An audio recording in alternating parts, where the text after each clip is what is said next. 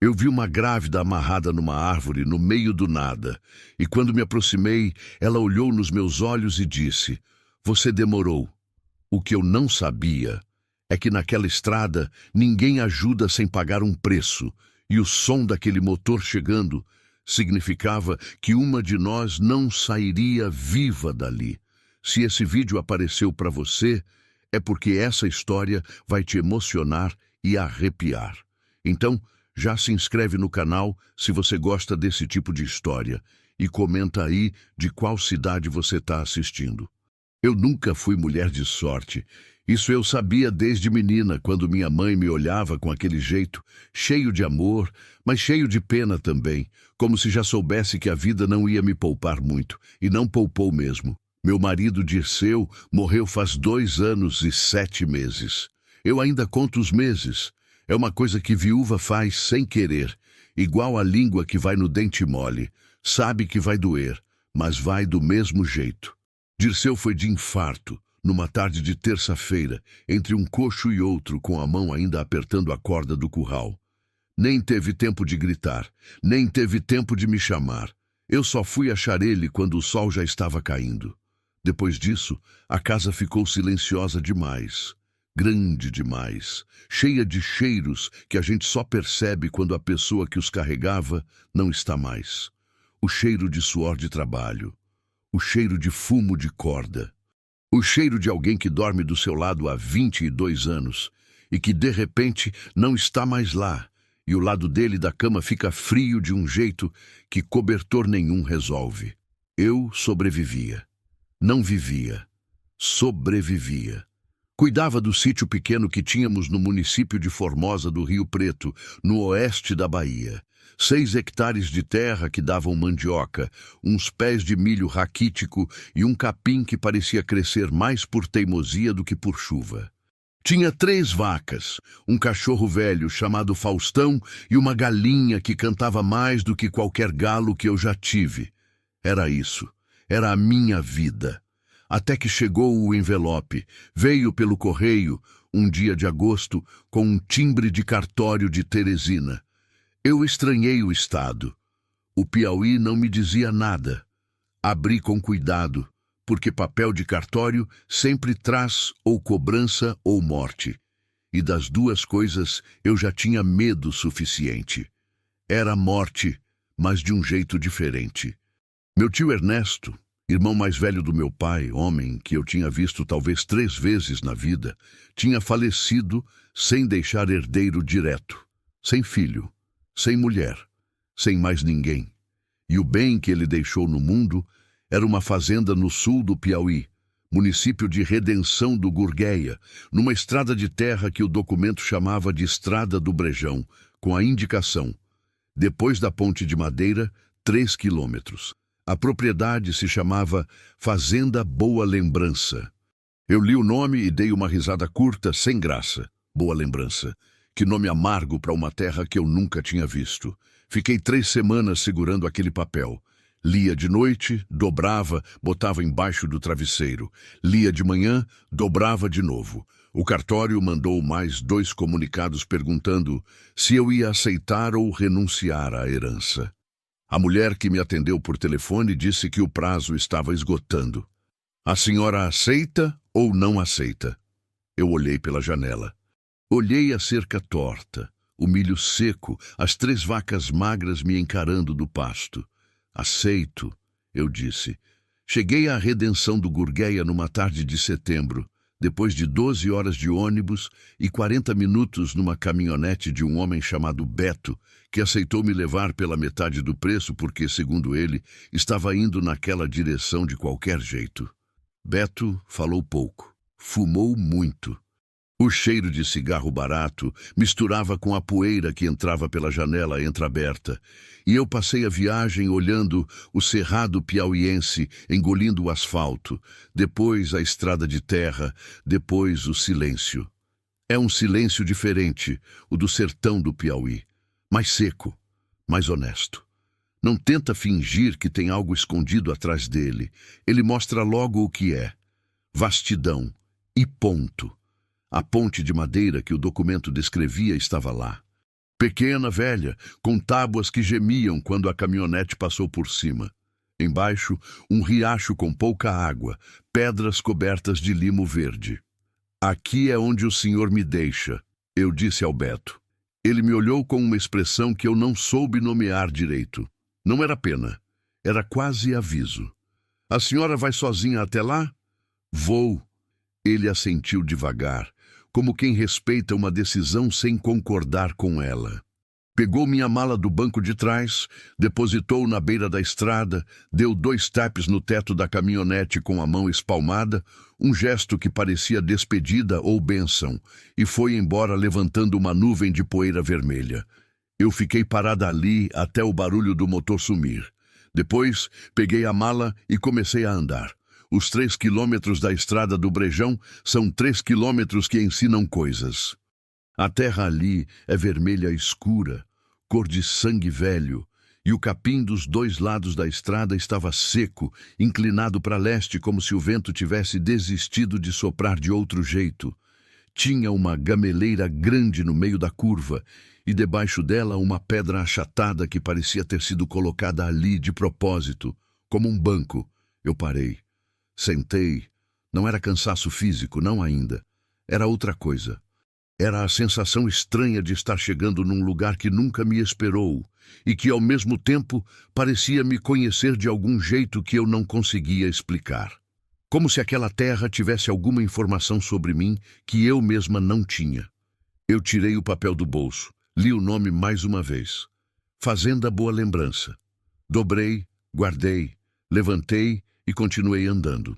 A fazenda apareceu depois de uma curva fechada, atrás de uma cerca de arame farpado, tão enferrujada que parecia mais enfeite do que divisa.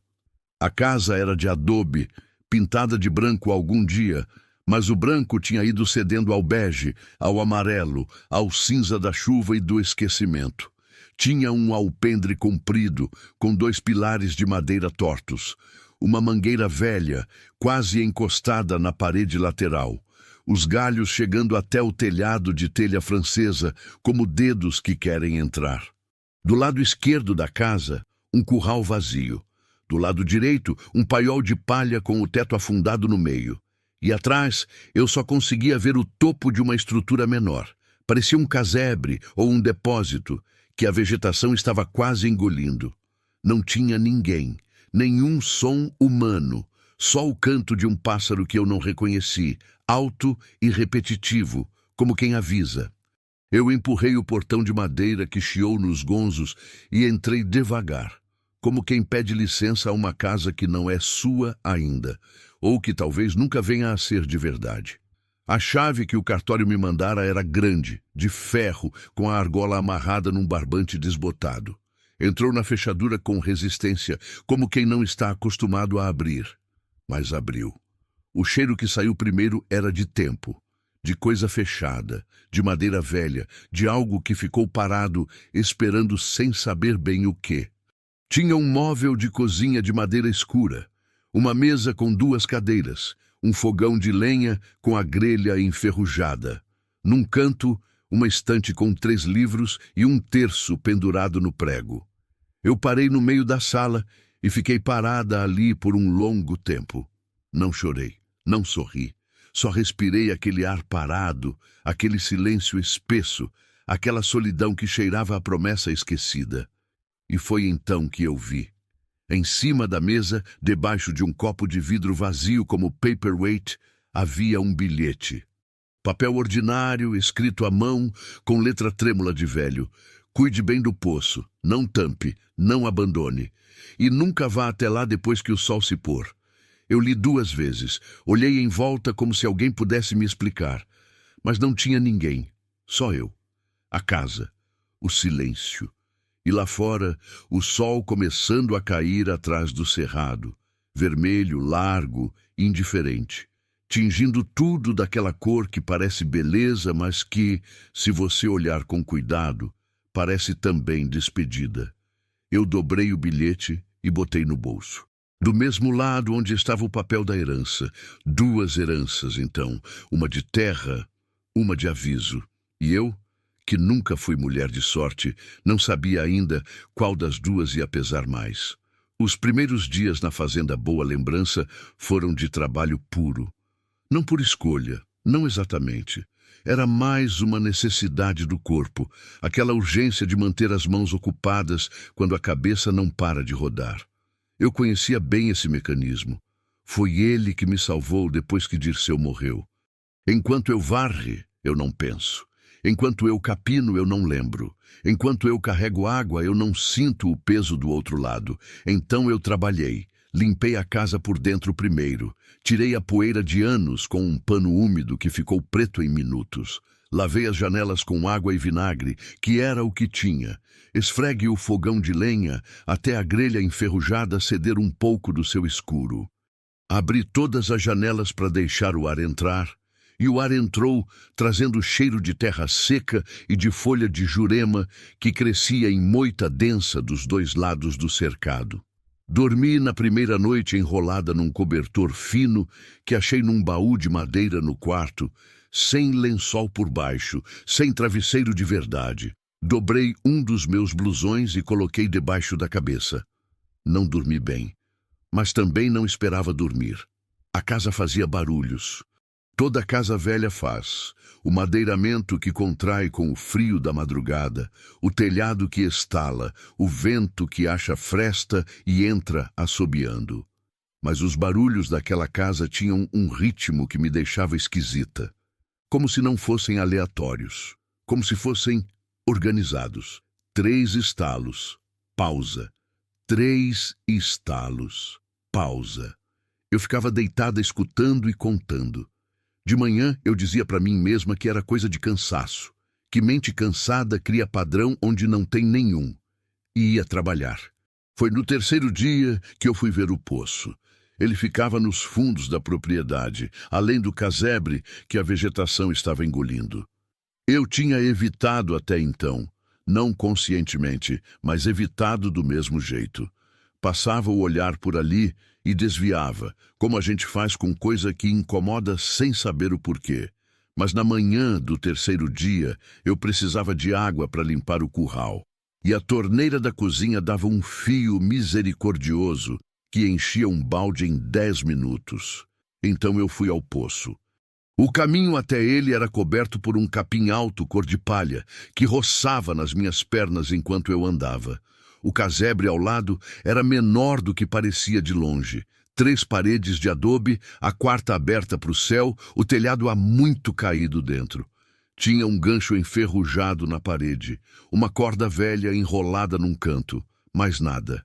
O poço ficava a uns 5 metros do casebre. Era circular, construído de pedra, com uns 90 centímetros de altura de boca. Não tinha cobertura. Nenhum teto, nenhuma roldana, nenhum balde pendurado. Só a boca aberta virada para o céu, escura, profunda. Eu me aproximei devagar. Cheguei na beira e olhei para dentro. A escuridão lá embaixo era do tipo que não deixa o olho se acostumar. Não dava para ver o fundo, não dava para saber se tinha água. Eu peguei uma pedrinha do chão e joguei dentro. Esperei. O som demorou. Mas veio. Um ploque abafado, distante, que confirmava a água lá no fundo. Então, eu respirei.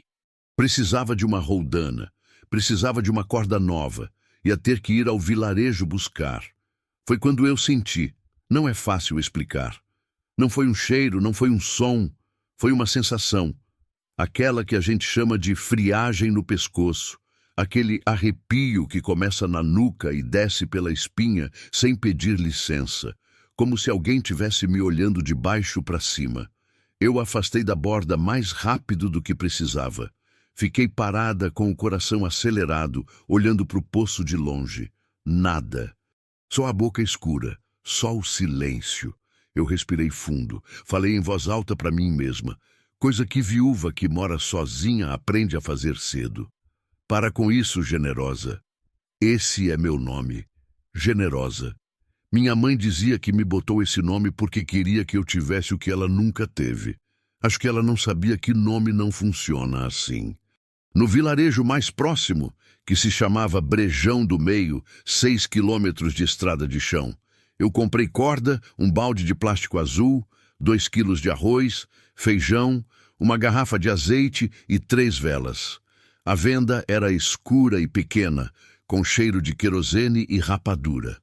O homem que atendia tinha o rosto todo marcado pelo sol, os olhos claros de um jeito que parecia quase transparente. Quando eu disse de onde vinha, ele parou de contar o troco. Da boa lembrança? Sou sobrinha do finado Ernesto, herdei a propriedade.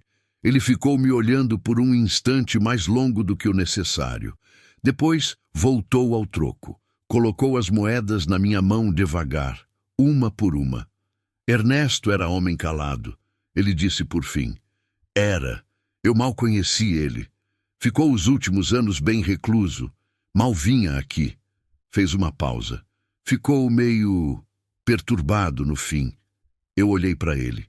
Perturbado como? O homem passou a mão na beira do balcão. Um gesto de quem mede o que vai dizer. Falava em vozes. Dizia que vinha do fundo do poço. Disse isso sem drama, como quem relata tempo.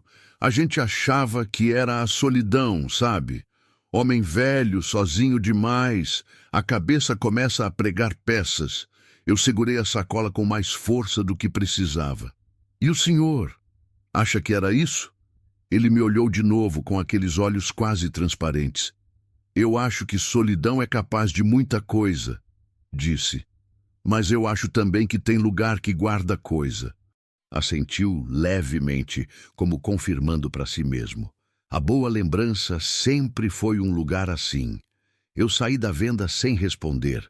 Andei os 6 quilômetros de volta com a sacola pesando no braço e aquelas palavras pesando mais ainda. Tem lugar que guarda coisa. Naquela noite, por volta das 10, eu ouvi pela primeira vez. Estava deitada na cama, no escuro, com as velas já apagadas. A noite do sertão piauiense é densa. Não tem luminosidade de cidade, não tem ruído de carro, não tem nada que lembre o mundo de fora. É você, o teto e o som dos grilos que nunca param. Mas os grilos pararam. De repente, de uma vez só, como se alguém tivesse desligado um aparelho, e no silêncio que veio depois, veio o som. Era baixo, muito baixo, quase abaixo do que o ouvido consegue pegar, daquele jeito que você não tem certeza se está ouvindo ou sentindo. Uma espécie de chamado. Não era voz formada, não tinha palavra. Era como alguém gemendo longe, ou como vento passando por buraco estreito, mas não tinha vento naquela noite. O ar estava parado e quente como cobertor de lã. Eu fiquei deitada sem me mover. Meu coração batia devagar. Aquele ritmo pesado que o medo faz quando ele é sério, quando não é susto, mas é pavor. O som durou talvez 2 minutos. Depois parou. Os grilos voltaram. Eu fiquei olhando o teto até o amanhecer. De manhã eu fiz café, comi um pão seco que tinha sobrado e fui até o poço com a corda nova e o balde azul. Precisava de água. Precisava de normalidade. Precisava provar para mim mesma que era mulher de fibra e não ia deixar noite ruim e imaginação cansada me tirar do prumo. Amarrei a corda no balde, passei pela borda do poço, deixei descer devagar, sentindo o peso quando tocou a água lá no fundo. Puxei cheio. A água era escura no balde, não suja, só a cor da pedra e da profundidade. Despejei no chão para ver. Era limpa, boa. Eu estava me abaixando para puxar o balde de volta quando vi. Na parede interna do poço, a uns 30 centímetros abaixo da borda, marcado na pedra, não gravado, não pintado, mas marcado com o que parecia ser dedo, com lama, com algo escuro que já havia secado há muito tempo. Havia palavras. Eu me inclinei mais. Li devagar. Ela ainda espera 3 palavras, letras irregulares, grandes, de quem escreveu com urgência ou com dor. Eu me afastei da borda. Fiquei parada no meio daquele quintal de capim alto, com o sol das 10 da manhã queimando meu pescoço, com o balde de água na mão e aquelas 3 palavras rodando na minha cabeça. Ela ainda espera. Quem? Espera o quê? Espera onde? Eu olhei para o horizonte do cerrado. Olhei para o casebre sem teto, olhei para o caminho que subia pela estrada de terra e sumia na curva atrás da gameleira. E foi naquele instante, sem saber porquê, sem ter nenhuma lógica que me explicasse, que eu pensei na mulher. Não uma mulher específica, não um rosto, só uma sensação, a de que havia alguém, em algum lugar daquela estrada, em algum lugar que eu ainda não tinha ido, esperando. Eu sacudi a cabeça. Fui guardar o balde, mas o pensamento não foi junto. Ficou, como costumam ficar as coisas que são verdade. Comecei a andar pela estrada do Brejão no 5º dia. Não foi decisão pensada. Foi o corpo que decidiu antes de mim, aquele tipo de movimento que acontece quando a cabeça está cheia demais e os pés encontram uma saída que a mente ainda não aprovou. Eu acordei cedo, antes do sol, com aquele frio úmido da madrugada do cerrado, que não é frio de verdade, mas é frio de solidão, que é pior. Fiz café. Fiquei sentada na soleira do alpendre com o caneco nas mãos, vendo o céu passar do roxo pro laranja, pro azul, daquele jeito lento e solene que o amanhecer do sertão tem, como se o dia estivesse chegando com cuidado, sem querer assustar ninguém. Quando o sol apareceu inteiro acima da linha do cerrado, eu levantei, lavei o caneco, peguei uma sacola de pano que estava pendurada num prego atrás da porta, coloquei dentro um pedaço de pão, uma garrafa de água que eu tinha enchido no poço na véspera e saí andando. Não pensei em destino, não pensei em porquê, só andei. A estrada do Brejão é uma dessas estradas que parecem feitas por quem não tinha pressa e não tinha plano. Ela não vai em linha reta.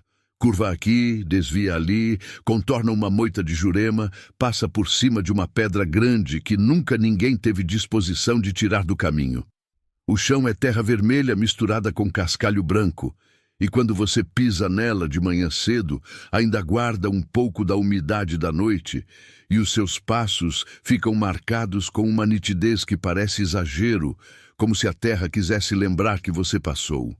Dos dois lados, o cerrado nativo. Não o cerrado bonito das fotografias, esse é o cerrado de verdade, que é mais áspero, mais honesto, mais feio de um jeito que tem dignidade. Árvores tortas com casca grossa e escura, galhos que crescem sem pedir permissão a ninguém, capim seco inclinado sempre no mesmo sentido pelo vento que sopra do leste toda tarde. De vez em quando, uma vereda, uma faixa mais verde, mais úmida, onde o buriti levanta a cabeça acima de tudo com aquelas folhas em leque que parecem mão aberta pedindo chuva. Eu andava devagar. Não por cansaço. Meu corpo sempre foi acostumado a trabalho.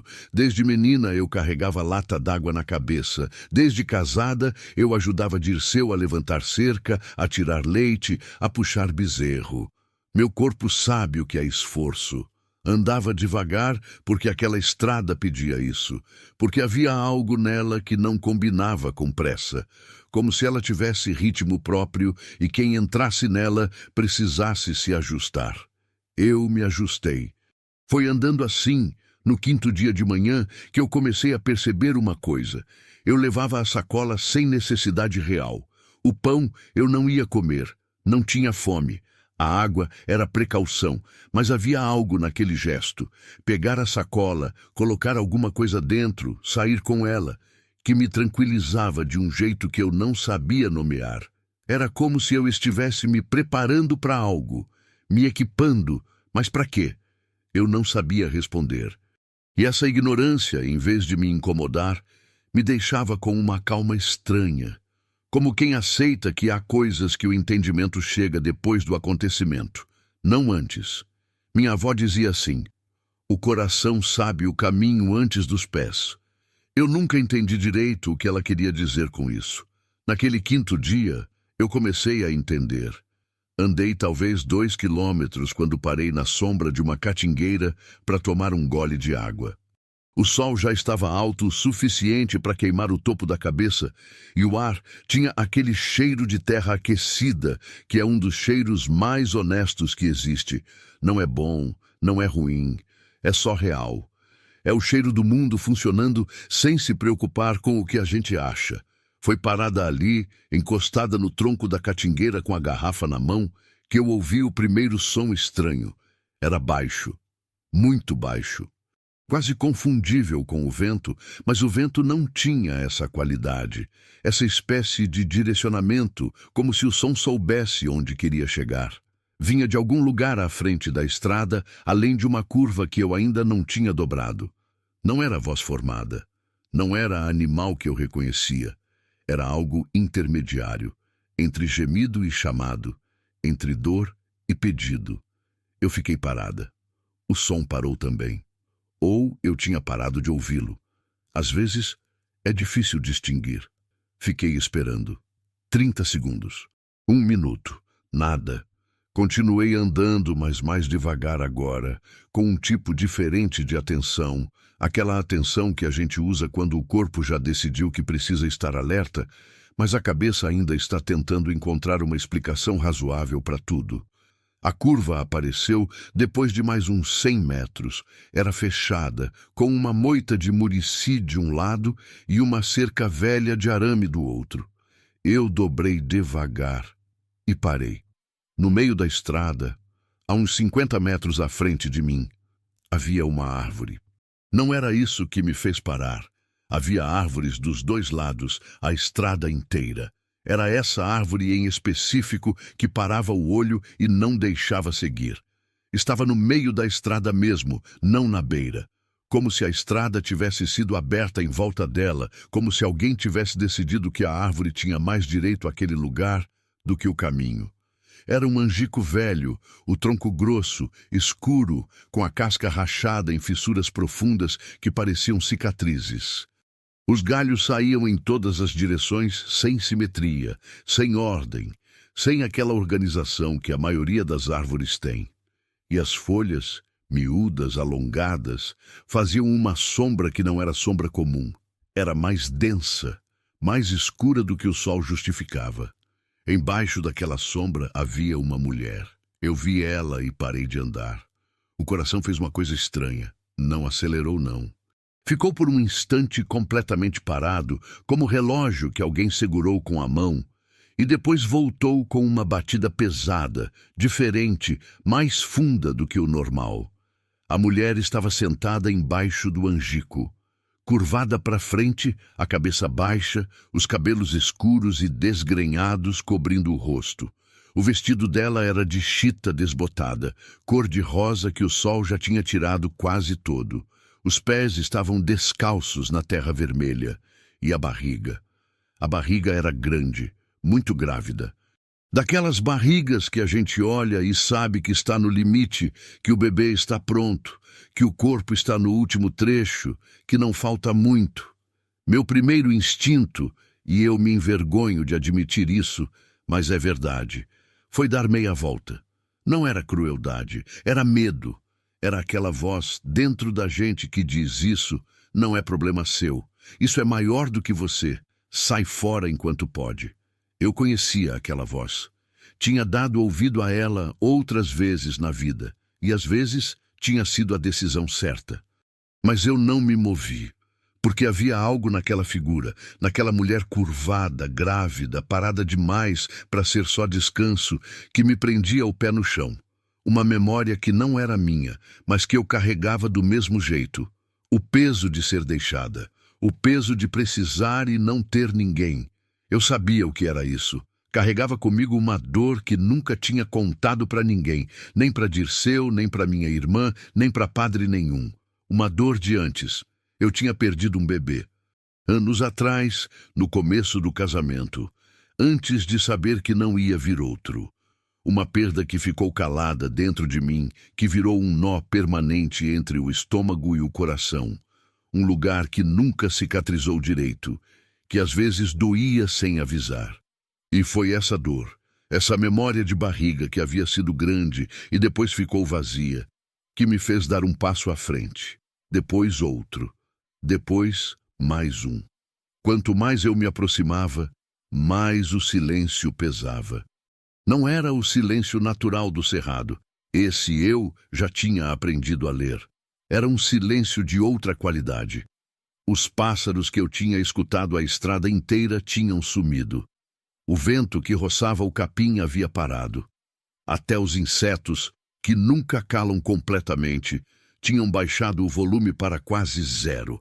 Era como se a estrada inteira estivesse prendendo o ar, esperando. Eu estava a uns 10 metros quando percebi o que tinha me escapado de longe. As cordas. Ela estava amarrada ao tronco do angico.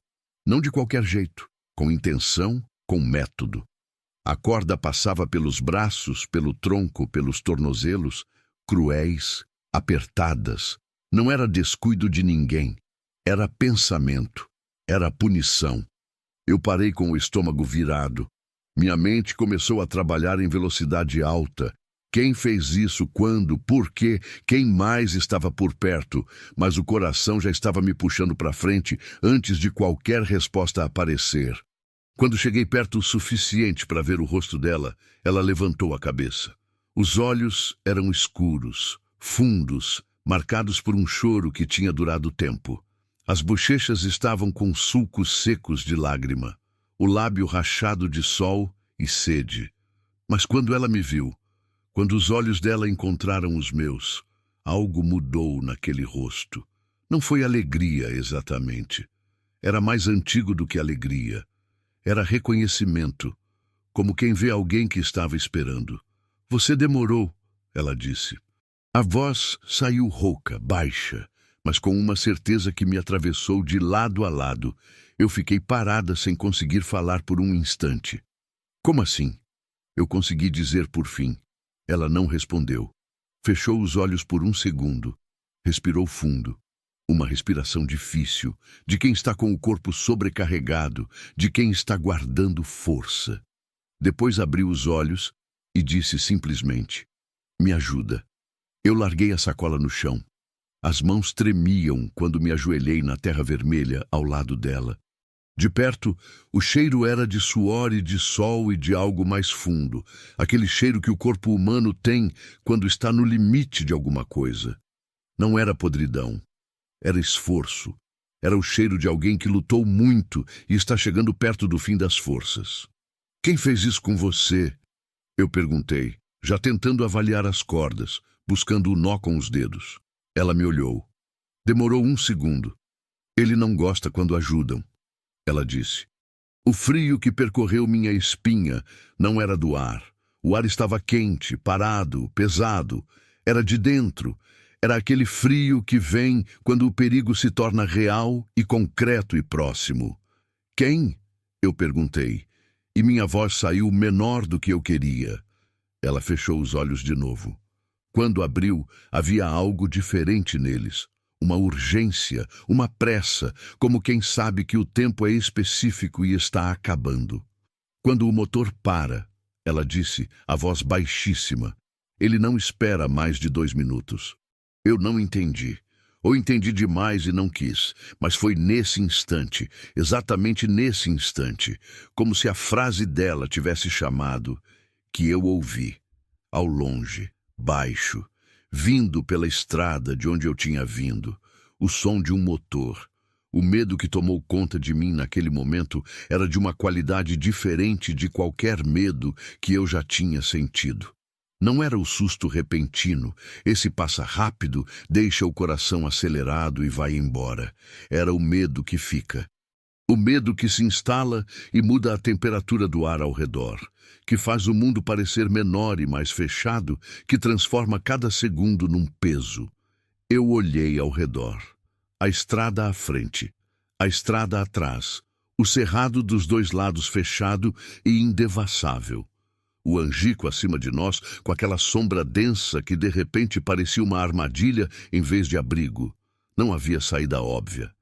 Havia só aquela mulher amarrada, aquela barriga enorme, aquelas cordas que eu precisava desfazer, e aquele motor que se aproximava com a lentidão de quem não tem pressa porque sabe que o destino está parado esperando. Eu respirei fundo. Coloquei os dedos no nó e comecei a desamarrar. Você já esteve aqui antes, ela disse de repente. Eu congelei. Os dedos pararam no nó. O quê?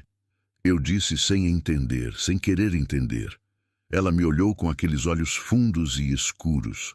Só não lembra, ela completou com uma calma que não fazia sentido nenhum naquela situação.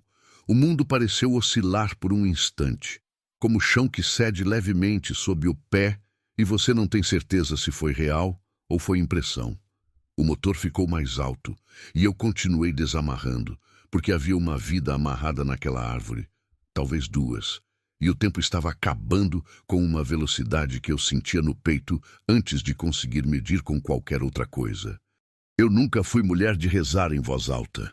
Minha fé sempre foi daquele tipo quieto, interior, que não precisa de palavra formada para chegar onde tem que chegar. Mas enquanto meus dedos trabalhavam naquelas cordas, ásperas, apertadas, com os nós feitos por mão que sabia o que estava fazendo, eu rezei, não com palavra, com o corpo inteiro, com a urgência dos dedos que não podiam tremer, mas tremiam, com a respiração que eu segurava e soltava no ritmo errado.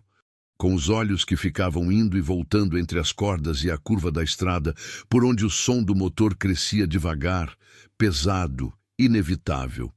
O sol batia no meu pescoço como brasa. Não havia sombra suficiente. O primeiro nó cedeu. A mulher não falou enquanto eu trabalhava. Ficou quieta com aquela quietude que não é paz. É exaustão. É o silêncio de quem gastou tudo que tinha e agora só consegue esperar. De vez em quando ela fechava os olhos e eu via os lábios dela se moverem sem som, como quem conta, ou como quem ora, ou como quem está tentando se manter dentro do próprio corpo por força de vontade. A barriga dela endurecia de tempos em tempos. Eu via. Ela não dizia nada, mas eu via. Aquela contração que passa pelo ventre de fora para dentro. Aquela onda que o corpo faz quando está se preparando. Eu conhecia aquilo de uma vez só, de uma memória que eu não quis guardar, mas que ficou do mesmo jeito. Era contração. Era trabalho de parto começando ou já começado. O segundo nó estava mais fundo, mais apertado, feito com intenção de durar. Eu quebrei a unha do indicador direito, tentando enfiar o dedo por baixo. Não parei. A dor era pequena demais perto do que estava em jogo. Como é seu nome? Eu perguntei, mais para manter ela acordada do que por curiosidade. Ela demorou. Conceição, ela disse por fim. Conceição, eu sou generosa. Eu puxei o nó. Cedeu um pouco. Faz quanto tempo você está aqui? Desde ontem. Fechei os olhos por meio segundo. Desde ontem, sob aquele sol, sem água, grávida, amarrada. Você bebeu água? Não. Tem dor agora? Contração? Ela hesitou. Tem algum tempo? Constante? Vai e vem. O terceiro nó estava nos tornozelos. Eu desci, ajoelhei na terra vermelha, os joelhos afundando levemente no chão quente. As cordas nos tornozelos dela estavam mais frouxas. Talvez ela tivesse lutado mais ali no começo, tentado soltar os pés primeiro. A pele estava marcada, arroxeada nas bordas da corda. O motor ficou mais alto. Eu não olhei para a estrada. Se olhasse, ia parar. E se parasse, ia perder o que tinha de tempo. Conceição, eu disse, trabalhando o nó. Quando esse motor parar, o que acontece? Ela não respondeu de imediato. Quando respondeu, a voz era tão baixa que eu precisei parar de respirar para ouvir. Ele desce, olha. Se a corda ainda estiver, ele vai embora de novo. E se não estiver? O silêncio durou 2 segundos que pareceram 2 anos. Aí ele não vai embora sozinho. O último nó dos tornozelos cedeu. Eu me levantei rápido demais e a cabeça rodou. O calor, o agachamento, o medo misturados num tontura rápida que eu engoli antes de deixar aparecer. Peguei nos braços dela para ajudar a se levantar e foi então que senti. O corpo dela caiu para frente. Não era fraqueza simples de quem ficou parada muito tempo. Era colapso de quem guardou força para não mostrar que não tinha mais. Eu segurei. Os meus braços tomaram o peso dela, mais pesada do que parecia, do jeito que corpo grávido é sempre mais pesado do que parece, porque carrega duas gravidades em vez de uma. E foi quando eu segurei ela assim, com o peito dela contra o meu braço, que a barriga endureceu de um jeito diferente. Mais longo, mais fundo. Uma onda que não passou rápido. E então, o grito. Não foi grito de susto, foi grito de dor. Aquele som que vem do centro do corpo, que a gente não escolhe fazer, que sai porque não tem como segurar. Profundo, desesperado, cortando o silêncio do cerrado como faca em tecido. Não, ela chorava, a voz partida. Não agora, não aqui, mas o corpo não obedece vontade quando chegou a hora. O corpo faz o que precisa fazer, no lugar que estiver, na hora que for. Eu entendi na hora. Não havia tempo de ir a lugar nenhum. Não havia ninguém para chamar. O motor estava próximo, muito próximo agora. Eu conseguia sentir a vibração dele na terra embaixo dos meus pés. Um tremor baixo e constante que subia pela sola do chinelo e chegava até o joelho. Era só eu e ela. E o bebê que estava chegando se importando nada com o momento. Eu a deitei na terra. Não tinha lençol, não tinha nada limpo o suficiente, não tinha nada. Eu tirei o blusão que estava usando por cima da camiseta. Um blusão de algodão azul desbotado, lavado tantas vezes que estava quase macio de novo, e coloquei embaixo dela, entre o corpo e o chão vermelho. Peguei a sacola. O pão caiu. Não importava. A garrafa de água. Isso importava. Eu abri e dei para ela beber primeiro. Segurei na nuca dela que estava pesada. Deixei ela beber com aquela sede de quem não tomou nada desde ontem sob o sol do sertão. Ela bebeu. Fechou os olhos. Respirou. Respira, eu disse. Só respira. Eu tô aqui. Palavras simples. As únicas que eu tinha. Ela apertou minha mão com uma força que me surpreendeu. Aquela força que o desespero empresta pra gente quando tudo mais acabou. Apertar a mão de alguém é o último recurso. É dizer sem palavra, não me larga, eu não larguei. O motor parou. O silêncio que veio depois foi diferente de qualquer silêncio que eu já tinha vivido. Não era o silêncio do cerrado, não era o silêncio da madrugada, era o silêncio de alguma coisa chegando. Aquela ausência de som, que é na verdade presença, que é na verdade ameaça, com o volume no zero. Eu não me virei. Não podia me virar. Havia uma mulher parindo embaixo de um angico, no meio de uma estrada de terra, no sul do Piauí. E eu era tudo que ela tinha. E eu não podia tirar as mãos do lugar onde estavam. Mas eu ouvi. Uma porta. O som seco de porta de caminhonete fechando. Um passo na terra. Outro, lentos, sem pressa. Os passos de quem tem certeza. E então Conceição disse, a voz mixada de dor e pavor. Não olha para trás. Eu obedeci. Não sei até hoje se foi coragem ou paralisia. Fiquei olhando para ela, só para ela, com o coração batendo num ritmo que eu nunca tinha sentido antes. Não era acelerado, era pesado. Cada batida um esforço separado, como se o coração também soubesse que precisava economizar. Os passos pararam. Ficou quieto.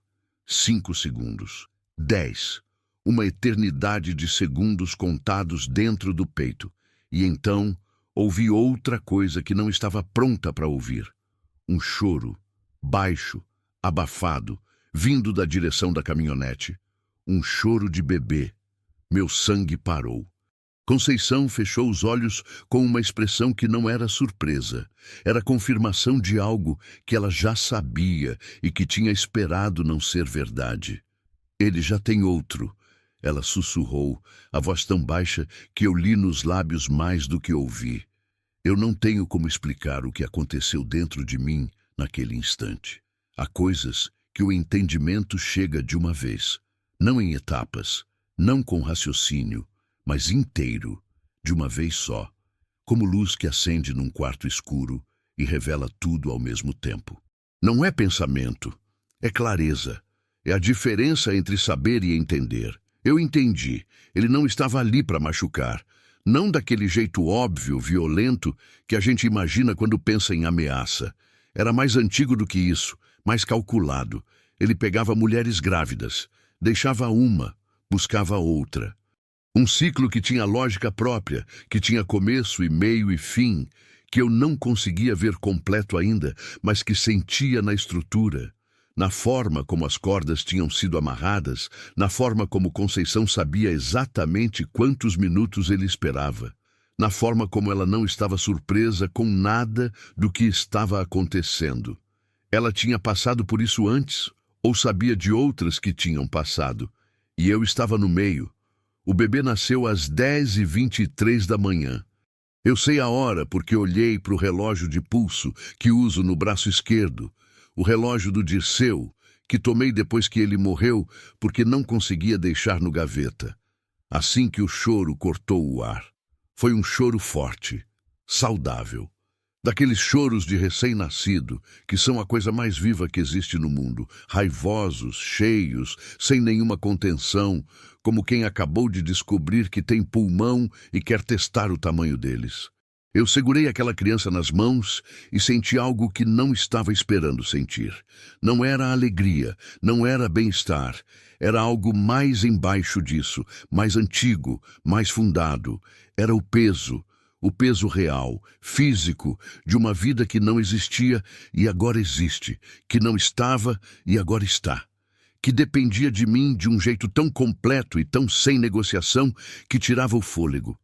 Eu olhei para o rosto daquela criança, vermelha, com olhos fechados, com os punhos cerrados de quem já nasceu com raiva do mundo ou com determinação. Às vezes é difícil distinguir os dois. E então eu olhei para o rosto de Conceição. Ela não estava olhando para o bebê. Estava me olhando, com medo. Um medo diferente do que eu tinha visto antes nela. Não era o medo do homem, não era o medo da dor.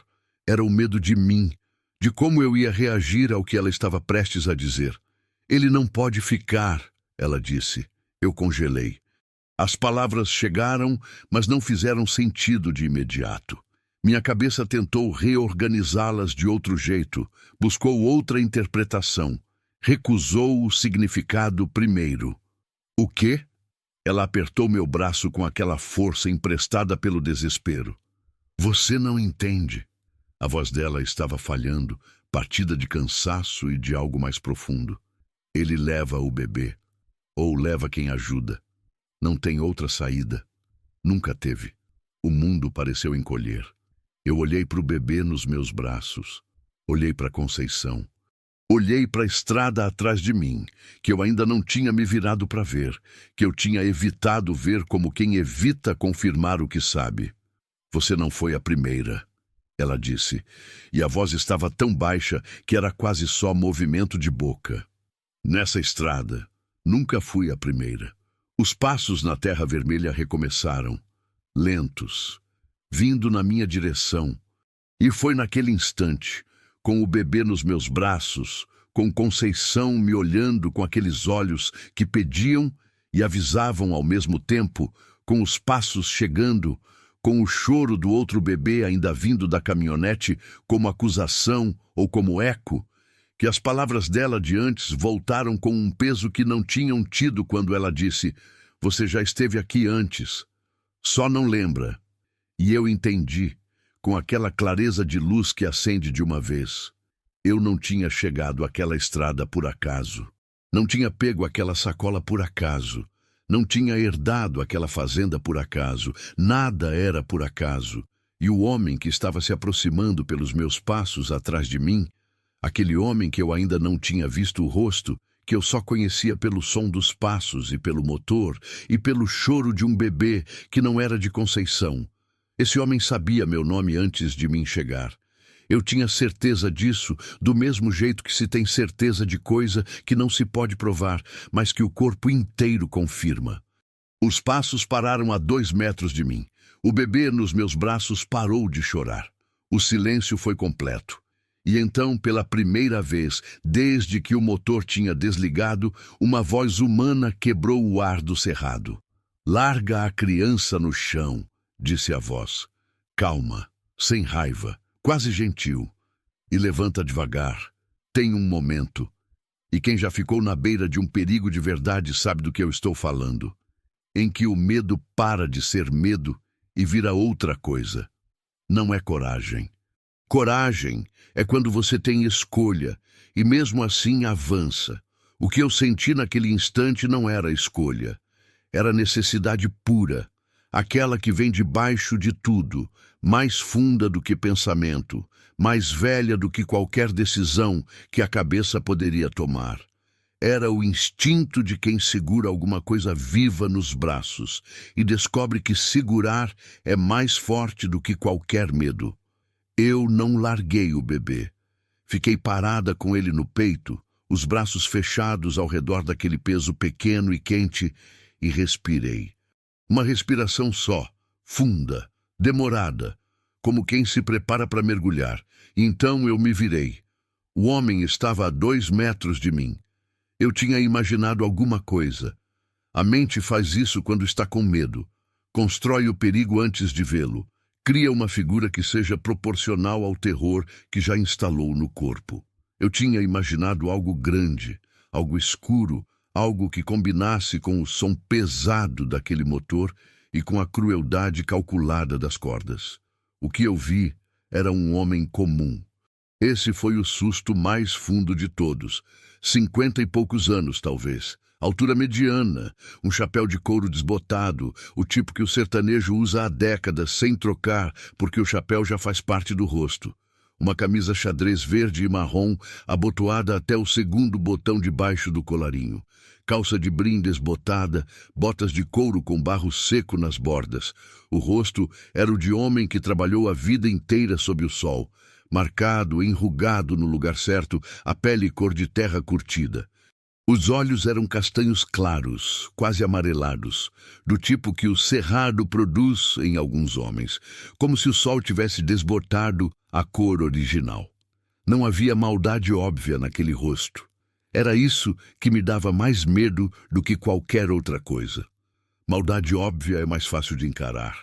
A gente reconhece, nomeia, sabe o que esperar. Mas aquele rosto não tinha nome fácil. Tinha calma. Tinha uma tranquilidade de quem está fazendo algo que considera normal, algo que faz parte da rotina, algo que não precisa de explicação porque nunca precisou antes. Ele me olhava sem pressa. Olhava o bebê nos meus braços, olhava Conceição no chão atrás de mim. E então voltava para mim. Você é nova por aqui, ele disse. Não era pergunta. Minha garganta estava fechada. Eu precisei engolir antes de conseguir falar. Sou da boa lembrança, eu disse. A voz saiu mais firme do que eu esperava. Sobrinha do finado Ernesto. Alguma coisa passou pelo rosto dele, rápida, quase imperceptível. Como sombra de nuvem no chão, você vê a mudança de luz, mas quando olha para o céu, a nuvem já foi. Ernesto, ele repetiu, bem baixinho para si mesmo. Então, ele ficou em silêncio por um momento que pareceu durar mais do que devia. Eu não tirei os olhos dele. Tinha aprendido com Dirceu, que era homem de criar gado, que animal que você enfrenta no olho tem mais chance de recuar do que animal que você mostra às costas. Não sei se vale para a pessoa, mas era tudo que eu tinha. Larga a criança, ele repetiu. A mesma voz calma. A mesma ausência de emoção que era em si mesma uma emoção. Não vou pedir de novo. Não largo, eu disse. O silêncio que veio depois foi diferente de todos os outros silêncios daquele dia. Era o silêncio de uma situação que acabou de mudar de natureza, de uma negociação que começou sem as duas partes terem se apresentado e que de repente ficou séria, ficou real, ficou sem o conforto da ambiguidade. Ele me olhou. Eu o olhei. O bebê entre nós respirava com aquela respiração rápida e pequena de recém-nascido, completamente alheio a tudo, completamente dentro do próprio mundo que acabara de começar. Você não sabe com o que está se metendo, ele disse por fim. Sei que tem uma mulher no chão que precisa de ajuda, eu respondi. E sei que esse bebê não vai a lugar nenhum sem a mãe. Ele olhou para Conceição. Conceição havia fechado os olhos.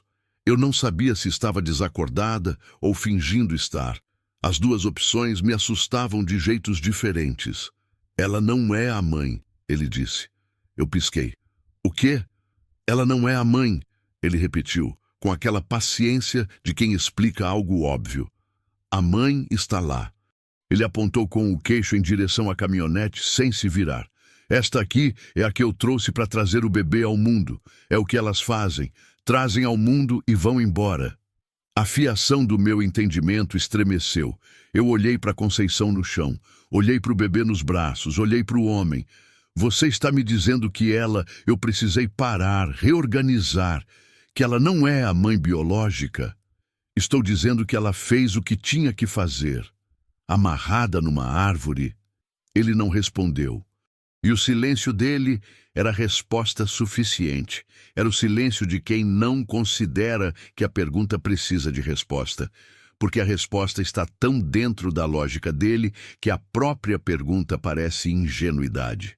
Quem é a mulher na caminhonete? Eu perguntei. Não é da sua conta. Esse bebê está nos meus braços.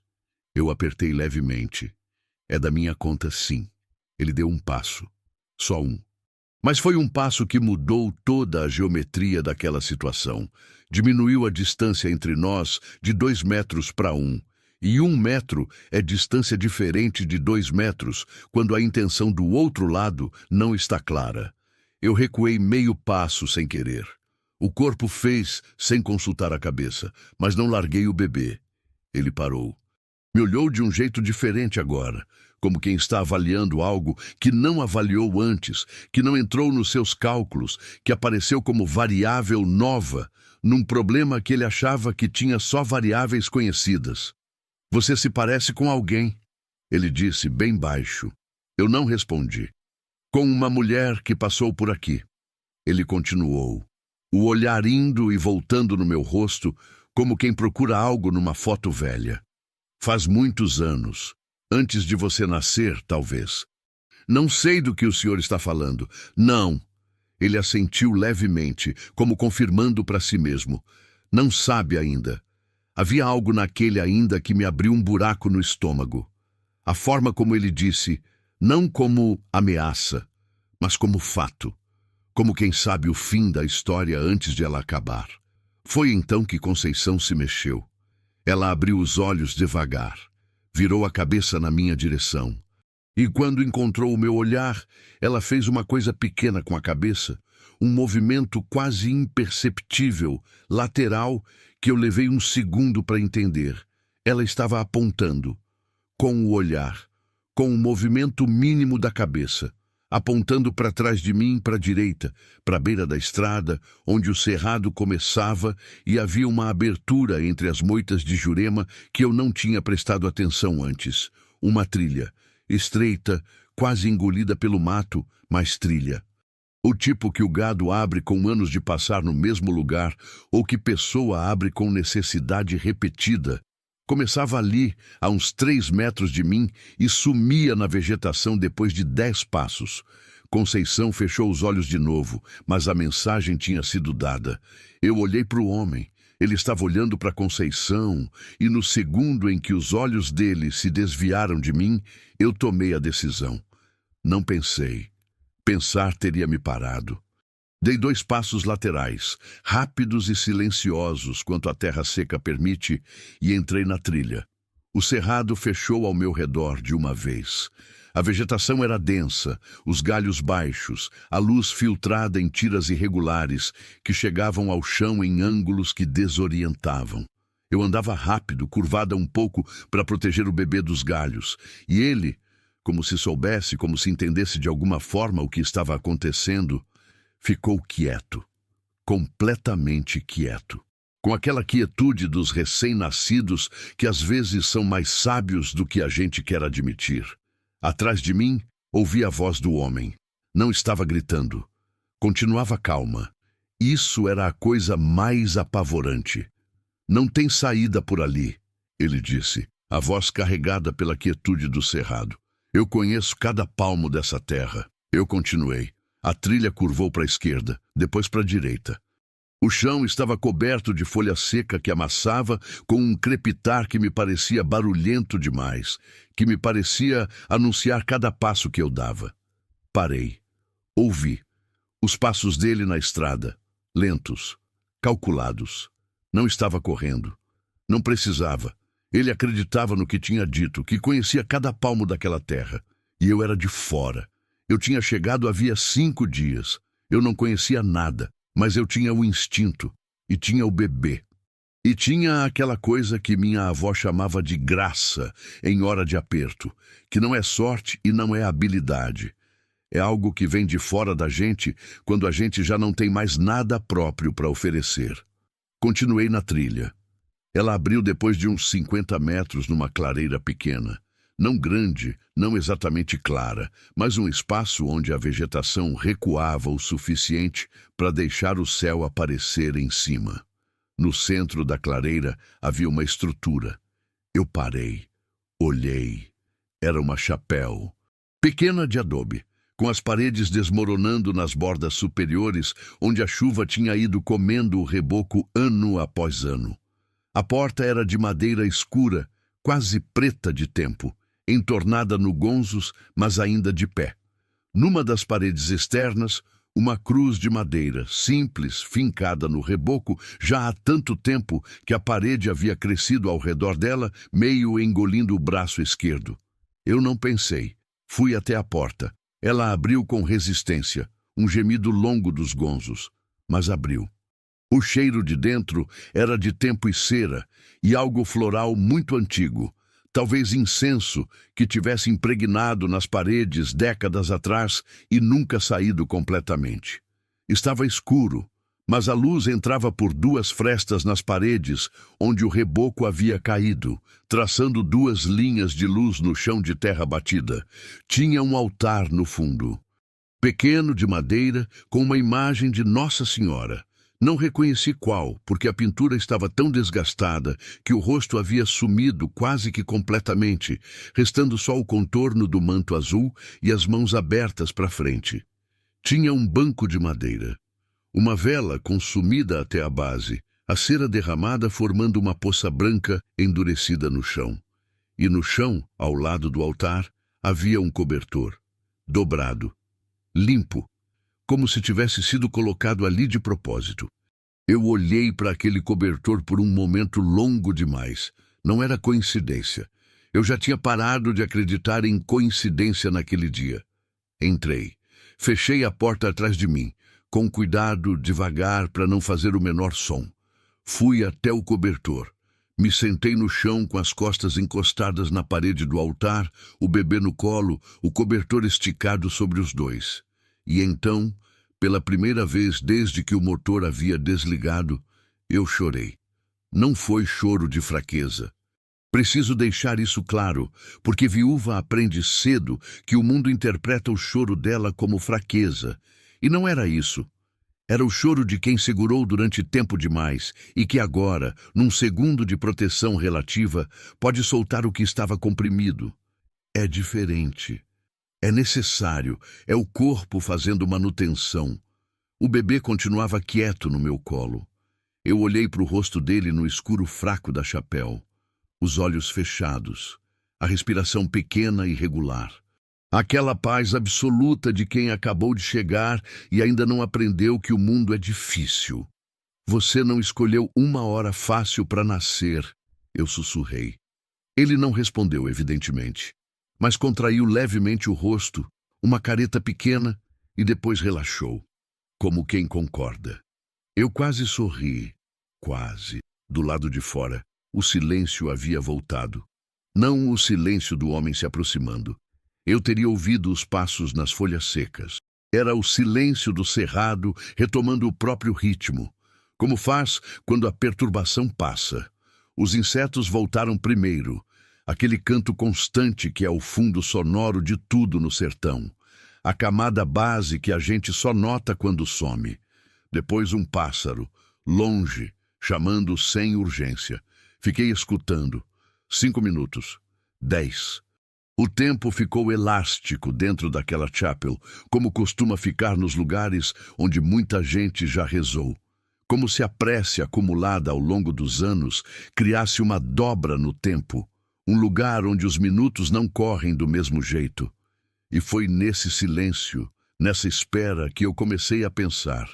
Pensar de verdade. Não o pensamento rápido e reativo do medo, mas o pensamento que vai fundo, que puxa fio por fio. Conceição havia dito: ele só pega mulheres grávidas. Você não foi a primeira. O homem havia dito: você se parece com alguém, com uma mulher que passou por aqui faz muitos anos. O bilhete que encontrei na fazenda Boa Lembrança, escrito pela mão trêmula do meu tio Ernesto: cuide bem do poço. Não tampe, não abandone e nunca vá até lá depois que o sol se pôr. As palavras na parede do poço, marcadas com dedo e lama: ela ainda espera. Eu fui puxando esses fios no escuro daquela chapéu, com um bebê recém-nascido no colo e o cheiro de cera velha no ar, e fui chegando num lugar que não estava preparada para chegar. O meu tio Ernesto sabia. Sabia de alguma coisa que acontecia naquela estrada. Sabia e ficou quieto, ou tentou fazer alguma coisa e não conseguiu, ou fez algo que não deu certo, ou simplesmente guardou o peso daquilo dentro até que o peso o destruiu por dentro do mesmo jeito que o tempo destrói o adobe, lentamente, pelas bordas, até que o que era parede vira pó. E a mulher do poço. Ela ainda espera. Quem era ela? Minha mente foi a um lugar que eu não queria, mas que era inevitável agora. Uma mulher que passou por aqui, faz muitos anos, antes de você nascer. Eu fechei os olhos. Minha mãe tinha vindo do Piauí. Ela nunca falava do Piauí. Eu sempre achei que era porque não gostava, porque tinha saído nova e não queria lembrar. Mas há coisas que a gente não fala não, porque não quer lembrar, mas porque lembrar é perigoso. Porque tem lembrança que é também confissão, porque tem silêncio que é proteção. Eu nunca soube o nome do pai da minha mãe. Nunca soube de onde ela veio exatamente, qual município, qual estrada. Ernesto era irmão do meu pai, não da minha mãe. Então por que a fazenda Boa Lembrança, que ficava nessa estrada, nesse cerrado, nesse silêncio piauiense que parecia me conhecer desde o primeiro dia, por que essa fazenda vinha parar nas minhas mãos? A resposta que estava se formando era grande demais para caber na chapéu. Era grande demais para caber em mim. O barulho veio da direita da chapéu. Um passo. Um só. Próximo. A uns 2 metros da parede, calculei. Na vegetação densa do lado direito da construção. Eu parei de respirar. O bebê continuou dormindo. Outro passo, mais próximo. A folha seca amassando sob o peso com aquele crepitar que não tem como disfarçar, por mais cuidadoso que seja o passo. Ele havia encontrado a trilha. Eu olhei para a porta, entornada no gonzos, que eu havia fechado, mas que não tinha tranca, que cederia ao primeiro empurrão com firmeza. Olhei para o altar. Olhei para os frestas de luz nas paredes. Olhei para o bebê no meu colo. Então olhei para a imagem de Nossa Senhora sem rosto no altar. Minha avó dizia: às vezes Deus não manda resposta, manda força para suportar a pergunta. Eu nunca entendi isso direito, mas naquele momento, com o passo do homem parando do lado de fora da chapéu, com a mão do bebê tocando sem querer o meu pulso, com aquela leveza absurda de coisa nova no mundo, naquele momento exato eu entendi. Não era sobre eu ter a resposta certa. Era sobre eu ter força suficiente para fazer a coisa certa sem saber se ia dar certo. Eu levantei do chão devagar. Segurei o bebê com o braço esquerdo, firme, seguro. E com a mão direita, peguei a única coisa que havia no altar além da imagem sem rosto. Um castiçal de ferro, pesado, velho. Do tipo que dura séculos porque foi feito para durar, porque foi feito por mão que acreditava que a coisa precisava durar. Fui até a porta. Parei do lado, encostada na parede. Não na frente. Do lado. Pé firme no chão de terra batida. Respiração curta e controlada. O bebê quieto como se soubesse. E esperei. A porta se abriu devagar. A luz do cerrado entrou em fio, depois em faixa, depois em toda a largura da porta. A silhueta do homem preencheu o vão. Ele entrou 1 passo, 2, os olhos ainda se ajustando ao escuro interior depois da claridade lá fora, e então virou para onde eu estava. Me viu. Por uma fração de segundo, só uma, vi algo passar pelo rosto dele que não havia estado ali antes. Não era medo, era surpresa. Era o momento de quem calculou tudo e encontrou uma variável que não tinha colocado na conta. Eu não precisei usar o castiçal. E é sobre isso que eu ainda penso, todas as noites, quando o silêncio da fazenda Boa Lembrança desce e os grilos começam e o teto range naquele ritmo de 3 em 3. Eu não precisei usar. Porque quando os olhos dele se ajustaram ao escuro da chapéu, e ele me viu encostada na parede com o bebê num braço e o castiçal de ferro no outro, quando ele viu isso, ele parou. Ficou parado. E então olhou para a imagem de Nossa Senhora sem rosto no altar. Ficou olhando por um tempo que eu não sei medir, depois olhou para mim. E a voz, quando saiu, era diferente. Não era a voz calma e sem nome de antes. Era menor. Era a voz de homem que encontrou algo que não esperava encontrar dentro de si mesmo e que ainda não sabe o que fazer com isso. Quem te mandou aqui? Ele perguntou. Eu segurei firme o castiçal. Segurei firme o bebê. Ninguém manda mulher de roça, eu disse. A gente vai porque precisa ir. Ele ficou me olhando. E eu vi, tão claramente quanto vi o sol naquela manhã, tão claramente quanto vi as palavras na parede do poço. Eu vi que algo havia quebrado nele. Não dramaticamente. Não com gesto. Quebrou do jeito que as coisas velhas e cansadas quebram, por dentro, silenciosamente, sem aviso para ninguém. Ele abaixou a cabeça. Ficou assim por um momento. Depois se virou e saiu da chapéu sem dizer mais nada. Eu ouvi os passos dele se afastando na folha seca. Ouvi a porta da caminhonete, o motor pegando, o som se afastando pela estrada do Brejão, ficando menor, mais longe, até sumir completamente na distância do cerrado. Ficou o silêncio. Ficou o bebê respirando. Ficou o cheiro de cera velha e de terra úmida e de algo que não tem nome, que é o cheiro específico dos lugares onde a fé ficou depositada ao longo do tempo como sedimento, camada sobre camada, oração sobre oração. Eu deslizei a parede abaixo até sentar de novo no chão. Coloquei o castiçal ao lado, coloquei o bebê no colo. E fiquei ali sentada no chão de terra batida de uma chapéu sem nome, no meio do cerrado piauiense, com um recém-nascido que não era meu e um mistério que não tinha acabado, que tinha, na verdade, apenas revelado que era maior do que eu imaginava.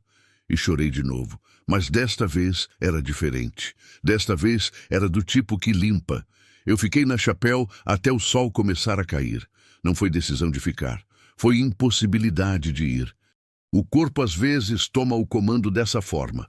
Senta, para e avisa que não tem mais combustível para movimento imediato, que vai precisar de um tempo parado antes de qualquer passo adiante. Eu conhecia esse aviso. Tinha aprendido a respeitá-lo depois que Dirceu morreu, quando eu ficava sentada na soleira do alpendre por horas, sem conseguir me levantar.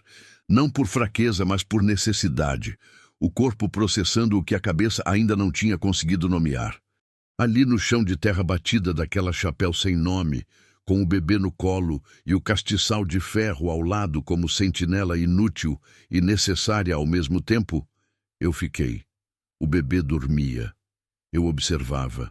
Há uma qualidade específica no sono de recém-nascido, que não tem comparação com nenhuma outra coisa no mundo. Não é o sono tranquilo do adulto cansado, não é a quietude serena do idoso que descansa. É outra coisa completamente.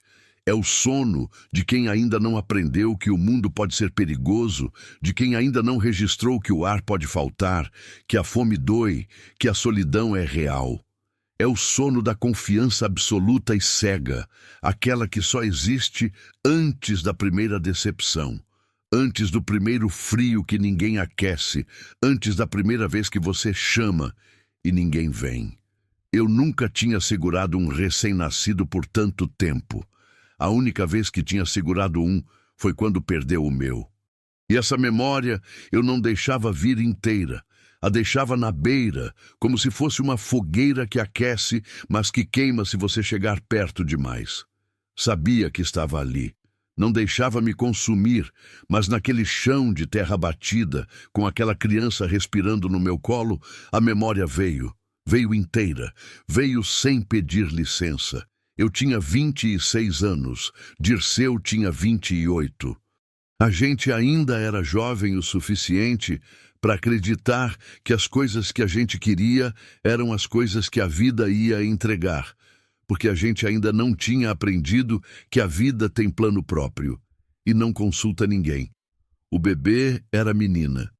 Eu sabia que era menina não, porque médico nenhum tinha me dito, não tinha dinheiro para ultrassom, não tinha nem posto de saúde que funcionasse direito no município onde a gente morava na época.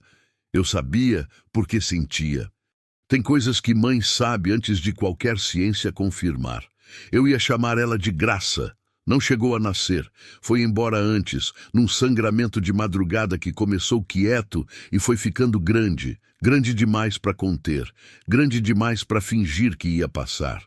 Dirceu me levou de moto até o posto, 17 quilômetros de estrada de chão, eu com a cabeça encostada nas costas dele e a mão apertando a camisa dele por trás.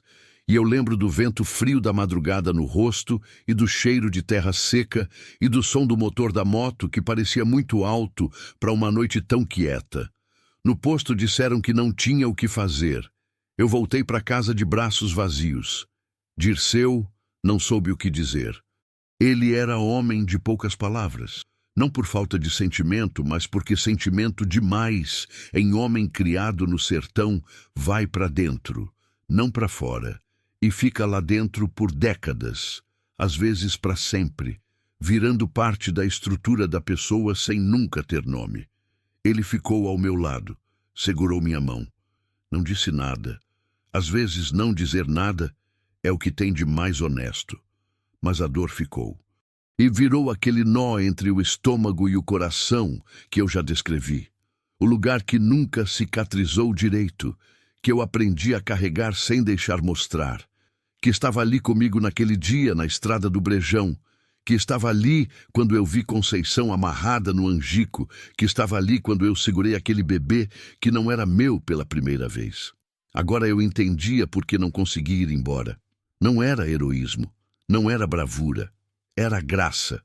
Era ela, de alguma forma que eu não sei explicar com palavra de gente, que tinha me mandado ficar. Quando a luz pelas frestas da chapéu ficou laranja, aquele laranja denso do fim de tarde do sertão que parece tinta, que parece demais para ser real, eu me mexi. Precisava de Conceição. Precisava saber se ela estava bem, se ainda estava na estrada, se o homem tinha voltado ou se tinha sumido de vez com aquela caminhonete e aquele choro de bebê que ainda ecoava em algum canto da minha cabeça como eco de coisa que não fecha. Eu me levantei devagar, cuidando para não acordar o bebê. Dobrei o cobertor ao redor dele com aquele jeito improvisado de quem nunca fez isso, mas o instinto guia, um embrulho imperfeito, mas suficiente. Um ninho de tecido velho que era pelo menos quente e era pelo menos presente. Saí da chapéu. O cerrado naquela hora da tarde era outro. A luz, filtrada pelos galhos, criava uma geometria diferente. Sombras longas e inclinadas que tornavam o familiar estranho, que faziam a trilha parecer mais estreita do que era. Eu andei devagar, o bebê no peito, um passo de cada vez, prestando atenção nos sons, que eram os sons normais de fim de tarde. Pássaros voltando para poleiro, insetos mudando de turno, o vento que começava a levantar um pouco depois do calor mais pesado do meio do dia. Nenhum motor, nenhum passo de homem, só o cerrado fazendo o que cerrado faz, alheio a tudo. Conceição estava onde eu a havia deixado. Ao lado do angico, agora sentada encostada no tronco, não amarrada, As cordas jogadas no chão a uns 2 metros dela como cobras mortas, inofensivas agora, grotescas na inofensividade.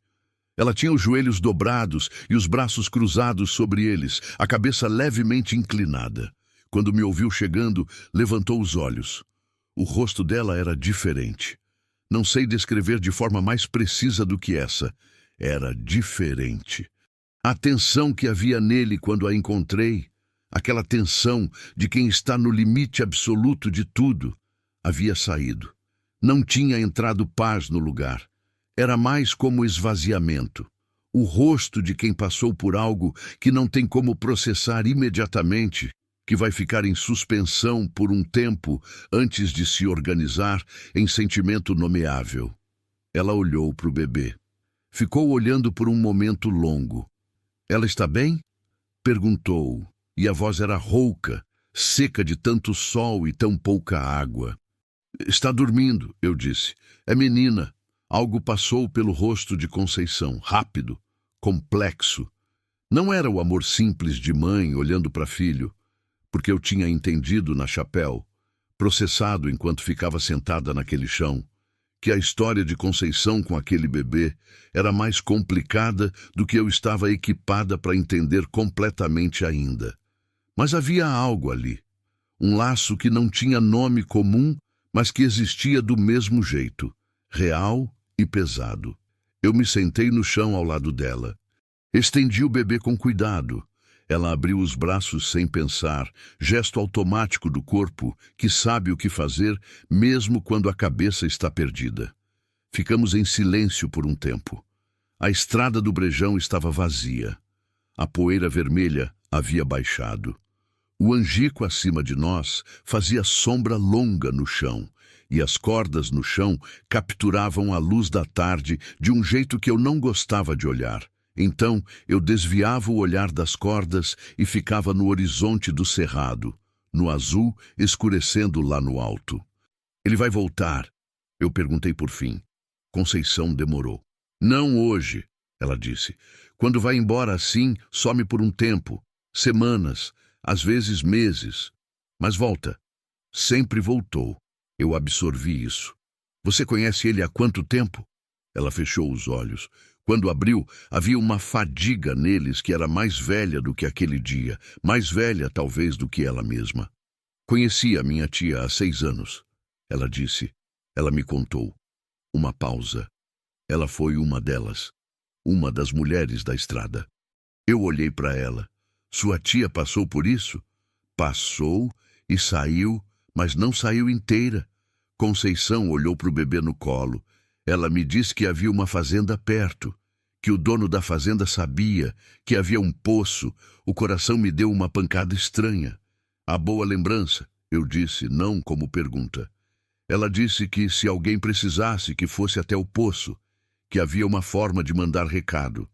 Conceição me olhou. Ela disse que o dono da fazenda sempre ajudou, sempre que pôde. Ernesto.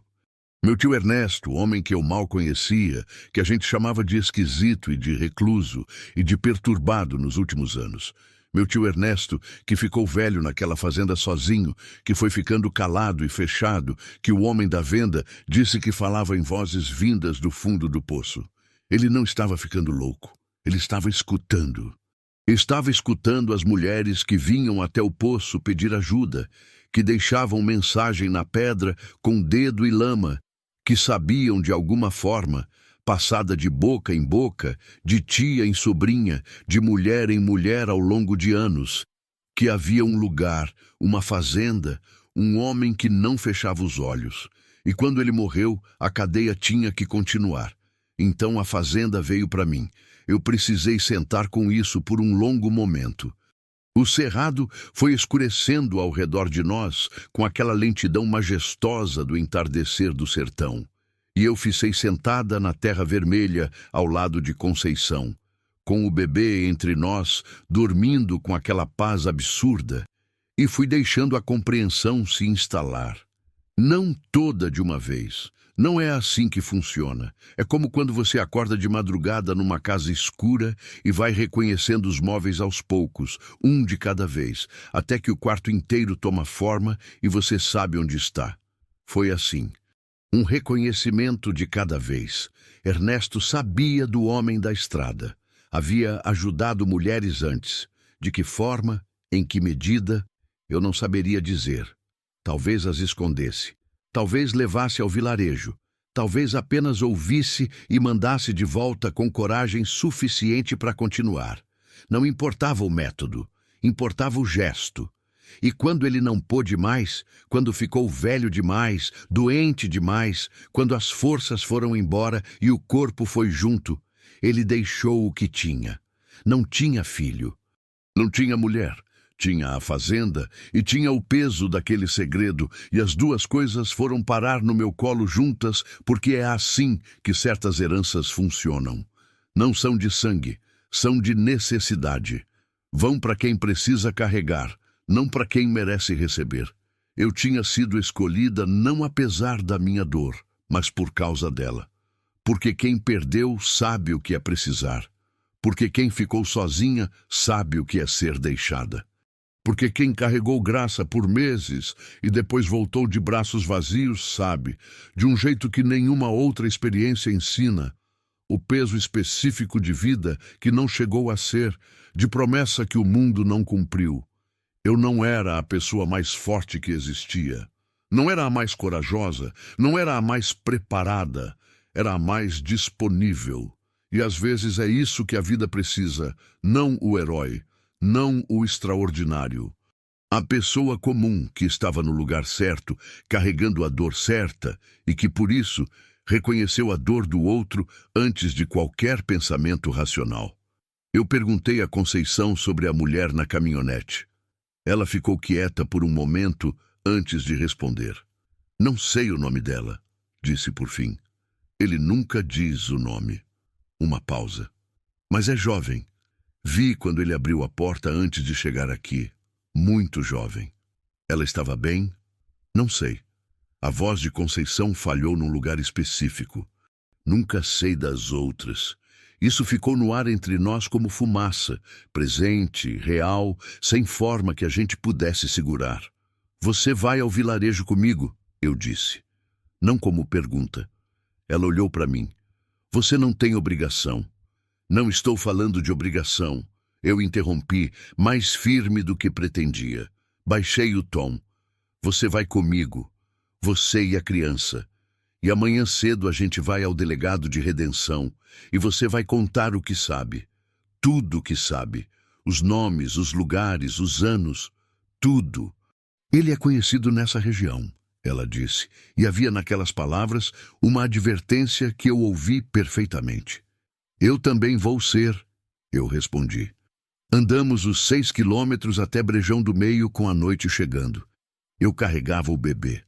Conceição andava devagar, o corpo ainda pesado e dolorido, mas andava.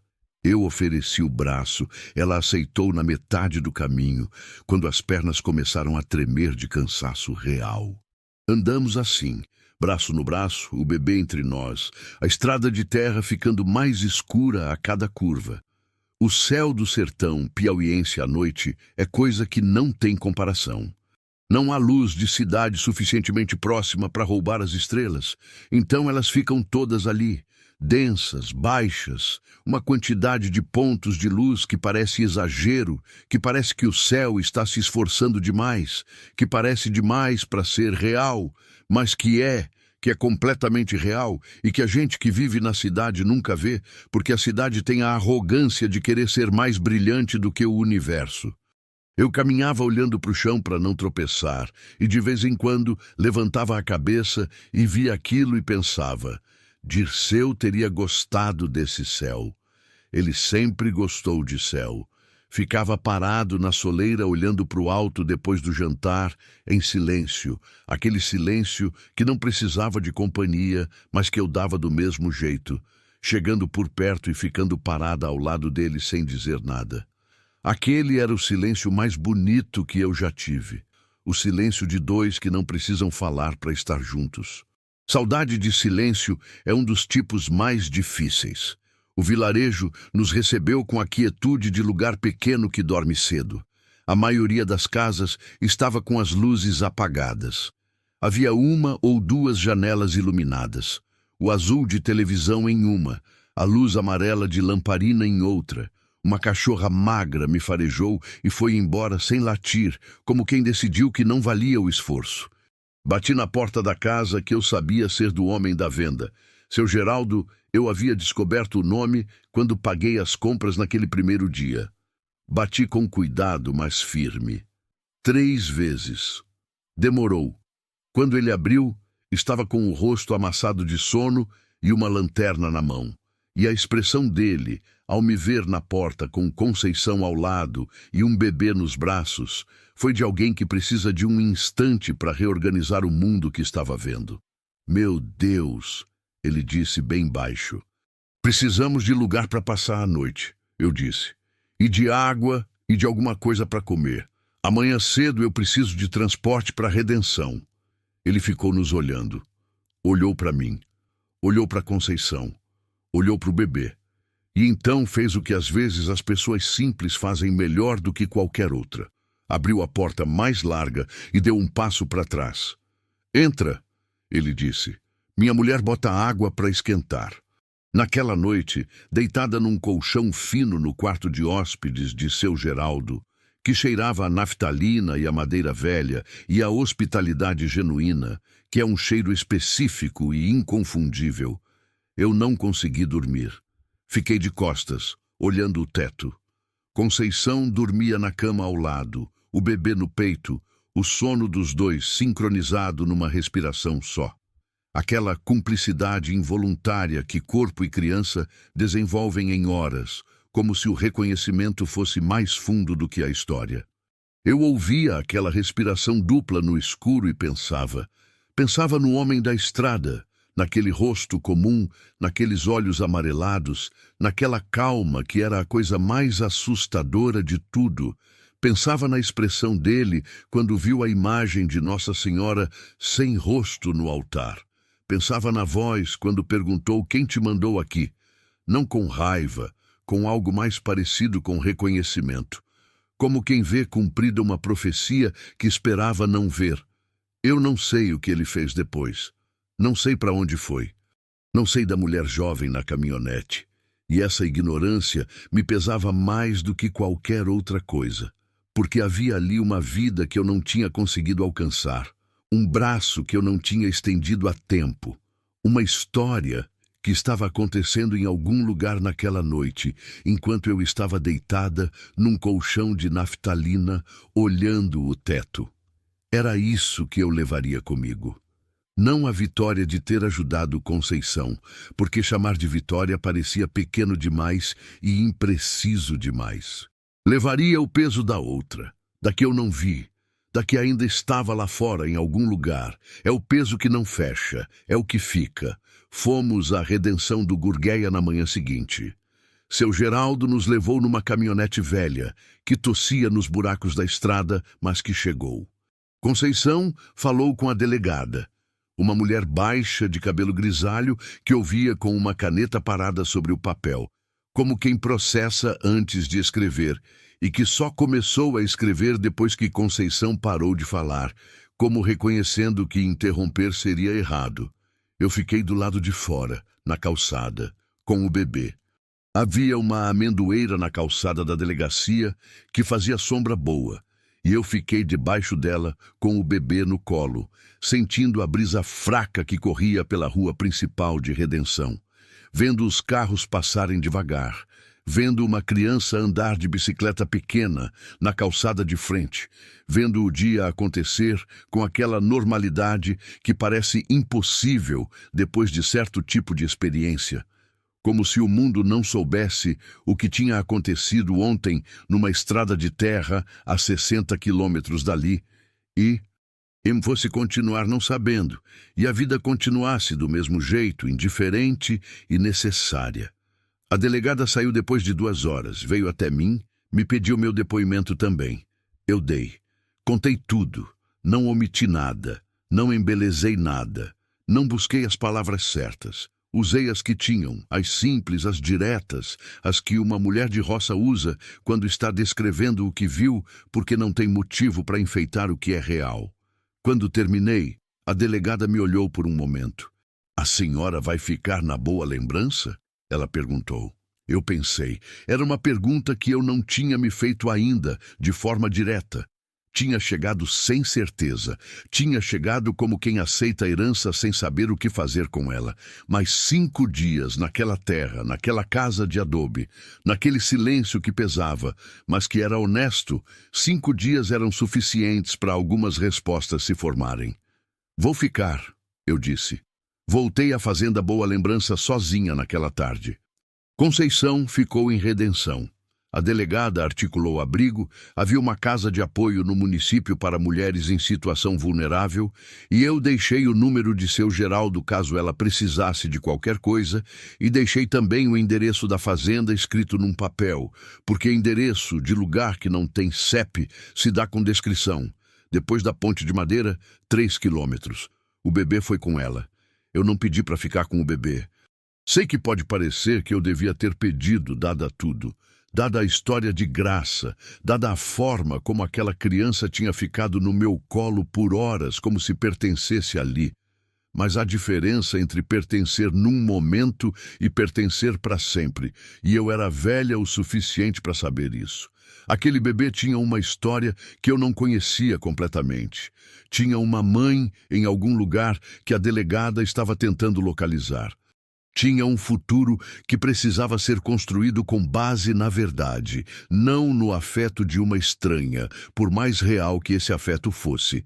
Eu acenei quando a caminhonete de seu Geralado saiu e andei os 6 quilômetros de volta sozinha.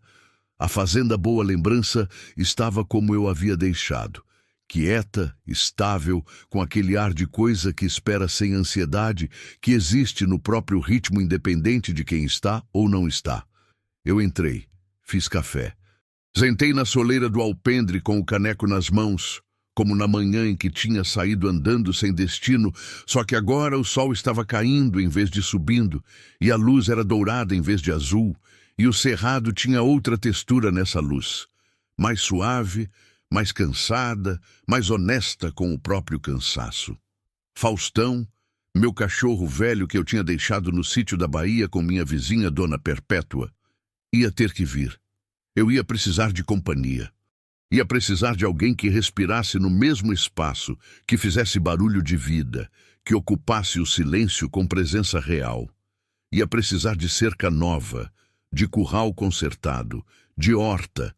Ia precisar aprender aquela terra, ia precisar conhecer cada palmo dela, não do jeito que o homem da estrada disse que conhecia, não com a posse de quem usa o conhecimento para controlar, com o conhecimento de quem precisa viver junto, de quem depende e cuida ao mesmo tempo, de quem sabe que terra não é sua, você é da terra.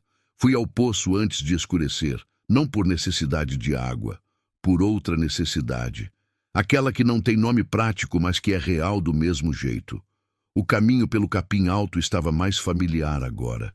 O casebre ao lado com suas 3 paredes e o teto caído dentro, o poço de pedra com a boca aberta para o céu. Eu me aproximei, olhei para dentro.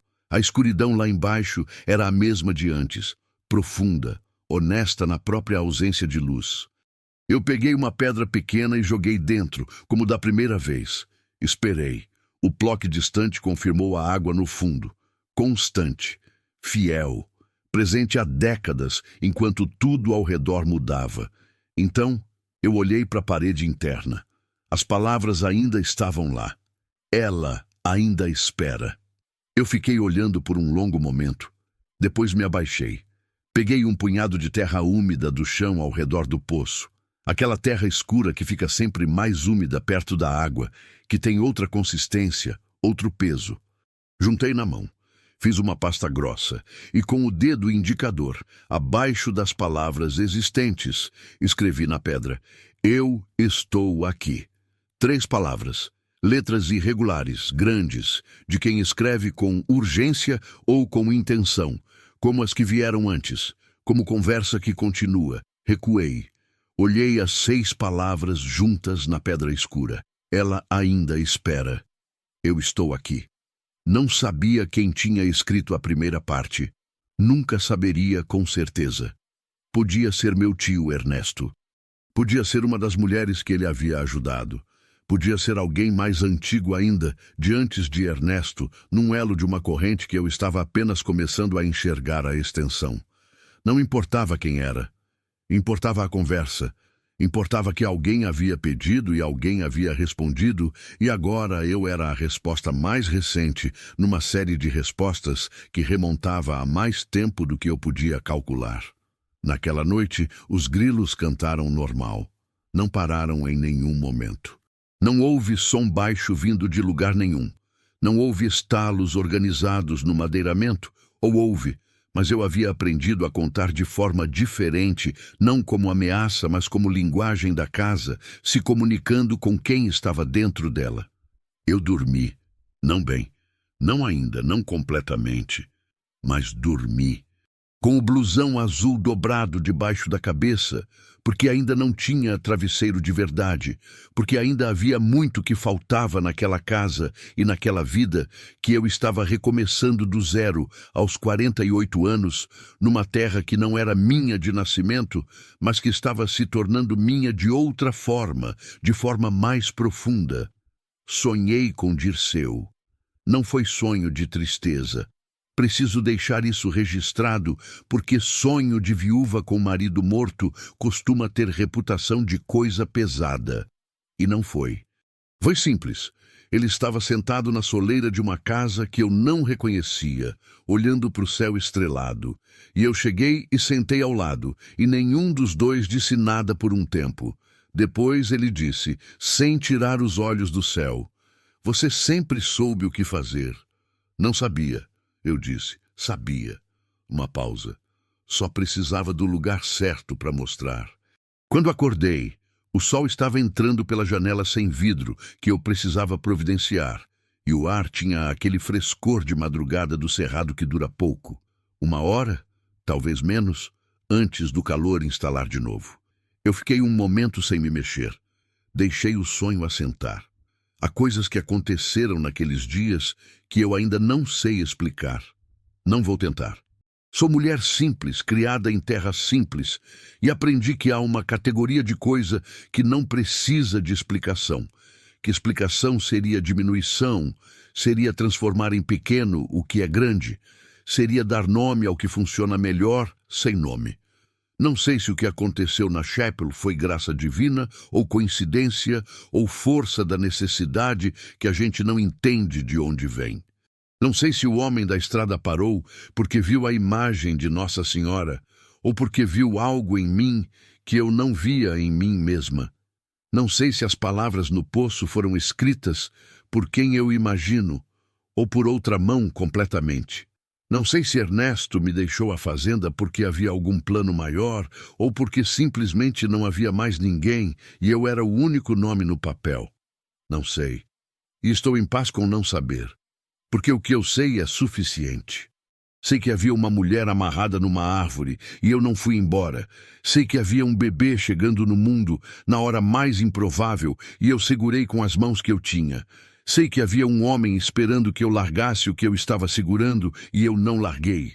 E sei que havia uma fazenda chamada Boa Lembrança, esperando que alguém chegasse disposta a entender o que o nome significava de verdade. Não lembrança boa como nostalgia, não lembrança boa como passado bonito. Boa lembrança como lembrete, como aviso para frente, como... Lembra que você é capaz, lembra que você já segurou coisas pesadas, lembra que você ainda está aqui, estou aqui, é o suficiente por hoje. Amanhã o cerrado vai amanhecer com aquele roxo que vai virando laranja, que vai virando azul, e as vacas que eu ainda não tenho vão precisar ser compradas, e a cerca que está torta vai precisar ser consertada, e o curral vazio vai precisar de vida, e eu vou ter muito trabalho pela frente, numa terra que ainda está me aprendendo enquanto eu a aprendo, e no fundo do poço a água vai continuar lá, fiel, funda, esperando quem precisar, como sempre esteve, como sempre estará.